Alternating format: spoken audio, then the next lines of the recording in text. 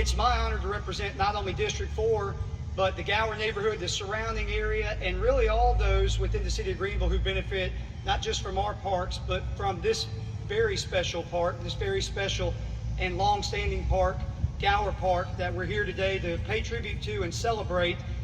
some much-needed investment and some exciting times and strength and capabilities ahead. Let me just mention a couple things about this particular park and how uniquely positioned it is. You see,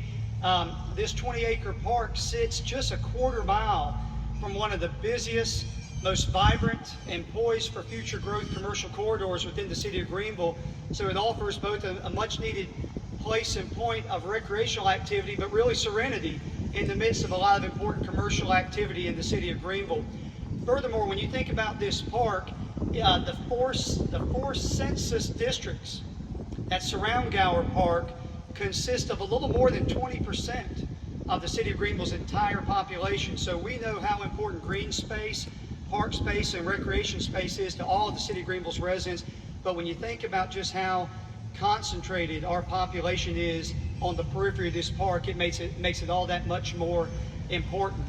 Ladies and gentlemen, what I want to really make sure that you're aware as we celebrate the upcoming investment in this park is that this is made possible through intentional effort of Greenville City Council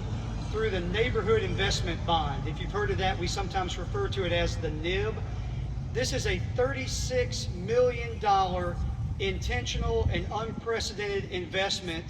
in our neighborhood streets, our sidewalks, and yes, our parks and green spaces, representing or reflecting how much of a continued priority that is for the city of Greenville and its city council. This neighborhood investment bond simply accelerates the pace of our investment and our strengthening of parks like Gower Park. So let's talk just a bit about what it will do for us here in this area, in this important piece of ground, and for the surrounding residents.